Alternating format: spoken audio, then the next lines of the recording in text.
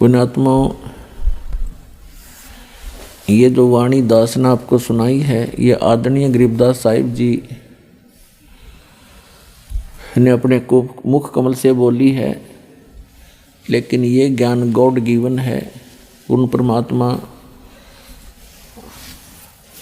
वो समर्थ परमात्मा जो कंप्लीट गॉड है, पूर्ण परमात्मा कबीर साहिब जी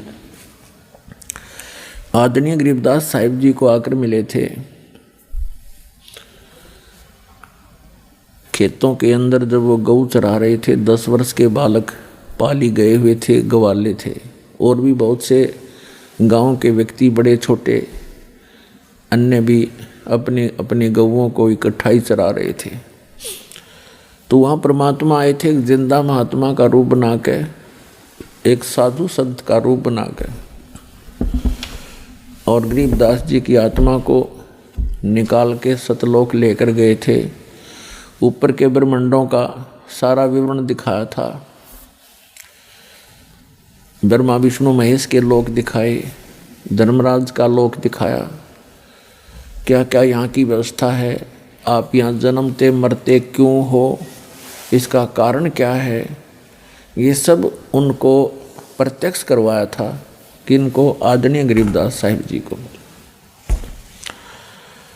आदरणीय गरीबदास साहिब जी को फिर परमात्मा अपने सतलोक लेकर गए थे, जिसे सचखंड कहते हैं, जिसको शाश्वत स्थान कहते हैं, सनातन परमधाम गीता में कहा है। वहाँ ले गए थे, फिर वापस छोड़ा था ला करके। परमात्मा पूर्ण ब्रह्म की कृपा के बिना कोई भी प्राणी ऊपर जा कर के वापस नहीं आ सकता, यानी वहाँ जा कर के वापस किसी को कुछ ज्ञान नहीं दे सकता, क्योंकि इस काल भगवान ने सबको गुमराह किया हुआ है, भ्रमित किया हुआ है।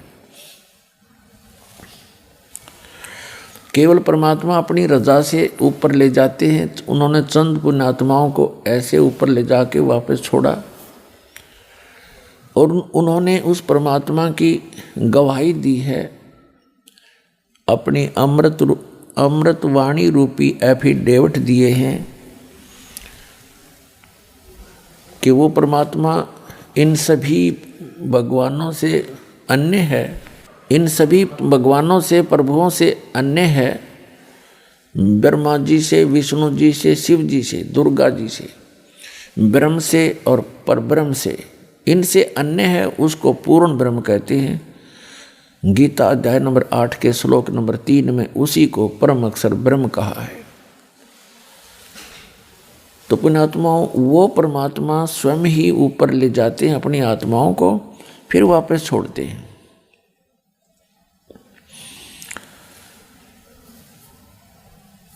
और फिर वो आकर के भगवान के विषय में जानकारी देते हैं।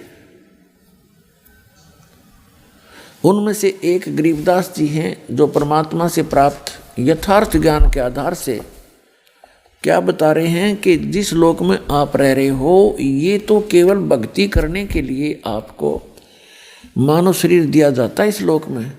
बाकी अन्य प्राणी तो अपने पूर्व जन्म के कर्मों का ही भोग रहे होते हैं। और आप सत भक्ति ना करके अन्य भक्ति करते हो या यहाँ बकवादों में लगे रहते हो, तो उनके साथ कैसी कैसी घटनाएं घटी। यदि आप यहाँ सुख संपत्ति चाहते हो, सुख संपत्ति से सुख मानते हो या संतान से सुख मानते हो, उसका उदाहरण देते हुए बताते हैं। सर्व सोने की लंका होती रावण से रणधीरम, एक पलक में राज विराजी वो जम के पड़े जंजीरम, मन तो सुख के सागर बस रे भाई और न ऐसा यस रे। फिर बताते हैं, क्या मांगो कुछ थिर ना रहाई, और देखत नैन चला जग जाई, 1 लख पूत 1.25 लाख नाती, उस रावण के आज दीवान बाती। यदि आप यहाँ संपत्ति चाहते हो, बड़ी बड़ी हवेली बनाना चाहते हो, कई कई मंजिल की कोठियाँ बनाना चाहते हो, और उसके ऊपर अच्छी मार्बल वगैरह लगा कर अपनी शान और शौकत बनाकर आप खुश हो, उसको संकेत देते हैं कि श्रीलंका का राजा जो रावण था उसने सोने के महल बना रखे थे, सोने की ईंटों से, और उसके 1 लाख पुत्र थे। और ऐसे कुबद्ध करने वालों का जो सत भक्ति नहीं करते, रावण भक्ति भी करता था लेकिन भगवान शंकर की करता था, तमोगुणी शंकर की।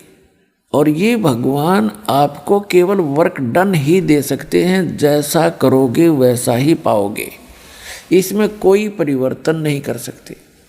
और वो समर्थ परमात्मा जो पूर्ण ब्रह्म है, सत्य पुरुष है, अकाल मूर्त है, वो कबीर देव है, कबीर साहब है, जो काशी में बनारस में धानक रूप में आए थे।